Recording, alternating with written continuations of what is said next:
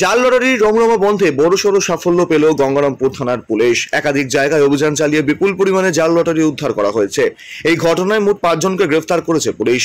গ্রেফতার হওয়াদের মধ্যে অন্যতম এবং মূল পান্ডা হিসেবে পরিচিত জিয়াউল খানকেও পাকড়াও করা হয়েছে। পুলিশ সূত্রে জানা গেছে, গত রবিবার হরিরামপুর থানার ব্রাহ্মণ গ্রাম এলাকা থেকে জাল লটারির চক্রের মাথা জিয়াউল খানকে গ্রেফতার করে হরিরামপুর থানার পুলিশ ও গঙ্গারামপুর থানার বিশাল পুলিশ বাহিনী। তাকে সেদিনই গঙ্গারামপুর মহকুমা আদালতে তোলা হয়। পুলিশ পক্ষ থেকে 14 দিনের রিমান্ডের আবেদন জানানো হলে আদালত 7 দিনের পুলিশি হেফাজত মঞ্জুর করে। রিমান্ডে নিয়ে পুলিশি জিজ্ঞাসাবাদের পর উঠে আসে গুরুত্বপূর্ণ তথ্য। সেই সূত্র ধরেই বৃহস্পতিবার গঙ্গারামপুর থানার পুলিশ এলাকার 17 নম্বর ওয়ার্ডের একটি দোকানের তালা খুলে তল্লাশি চালায়।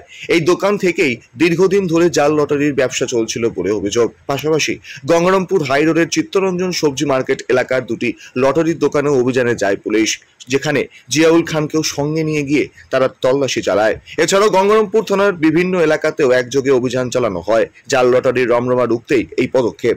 এলাকার স্থানীয় বাসিন্দারা জানান, আমরা অনেকদিন ধরেই বুঝতে পারছিলাম এই দোকানে কিছু গন্ডগোল চলছে, কিন্তু এত বড় চক্র চলছিল তা ভাবতে পারিনি। পুলিশের এমন পদক্ষেপে আমরা স্বস্তি পাচ্ছি। পুলিশের তরফে জানানো হয়েছে, জাল লটারি চক্রের আরো কারা জড়িত তা খতিয়ে দেখা হচ্ছে। এই ঘটনার সঙ্গে যুক্ত বাকি অভিযুক্তদের খোঁজে জোর তল্লাশি চালানো হচ্ছে বলে জানিয়েছে পুলিশ। কামাখ্যা তারাপীঠ সিদ্ধতান্ত্রিক গুরু প্রশান্ত শাস্ত্রী। কামাখ্যা তারাপীঠ যজ্ঞ সহ যে কোনো সমস্যার সমাধানে একমাত্র ভরসা। ঠিকানা রত্নজ্যোতি শোরুম, রত্নজ্যোতি মোড়, দেবীনগর, রায়গঞ্জ, উত্তর দিনাজপুর। Mobile number 8629986786। কি জেনেছেন? দোকানটা আমার ছোট ভাই, নাম হচ্ছে অজয় সিং। এখানে দোকানে উনি ভদ্রলোক খুলেছিলেন। আমি তার বড় ভাই পাশে থাকি। আমি ওনাকে জিজ্ঞেস করেছিলাম প্রতিবেশী হিসাবে যে আপনি দাদা কী করেন, আপনার কর্মটা কী। উনি আমাকে কখনো সত্য কথা বলার চেষ্টা করেননি। উনি যখনই বলি, উনি বড় বড় বিজনেস 5 বিঘা, 20 বিঘা, 50 লাখ, 2 কোটি, 5 কোটি, এই ধরনের উনি গল্প করেন রাস্তাঘাটে, এগুলোই শুনি। এবং আমার পাশাপাশি গল্প করতাম যে ওনারা এই ব্যবসা করেন, এটুকু বলে, এছাড়া কিছু বলে না।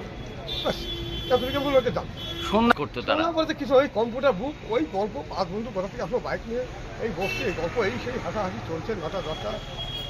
আমাদের চোখের সামনে হয়, আমরা দেখি, কিছু বলতে পারি না।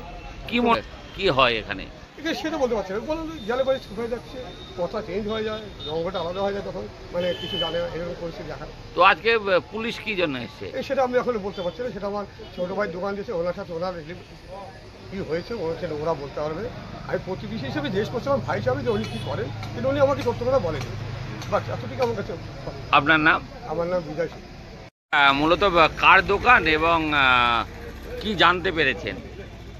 জানতে বলতে আমরা প্রতিবেশী লোক, আমরা এখান থেকে অনবরত চলাফেরা করি। এখানে আমরা দেখতাম ভেতরে ল্যাপটপ নিয়ে 3-4টা লোক বসে থাকতো।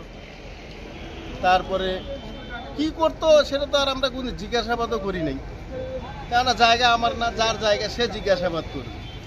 কিন্তু আজকে হঠাৎ এতে বোঝা যাচ্ছে বা বুঝতে পারতেছি আমরা প্রতিবেশী হিসেবে যে এখানে নিশ্চয়ই কোনো অবৈধ কাজ হইতো, নাহলে কেন পুলিশ কেন আসবে?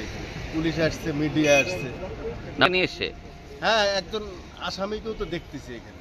এরও তো আনুমানিক দিনা 15 আগে আমরা এর নামেও শুনলাম নাকি এও কোনো অবৈধ কাজে জড়িত ছিল, এই জন্য আইনাকে অ্যারেস্ট করছে। বিজনেস ছিল, আমরা এরকম কানা বসে শুনতে পারছি আর, কিন্তু আমরা কোনো দেখি নাই।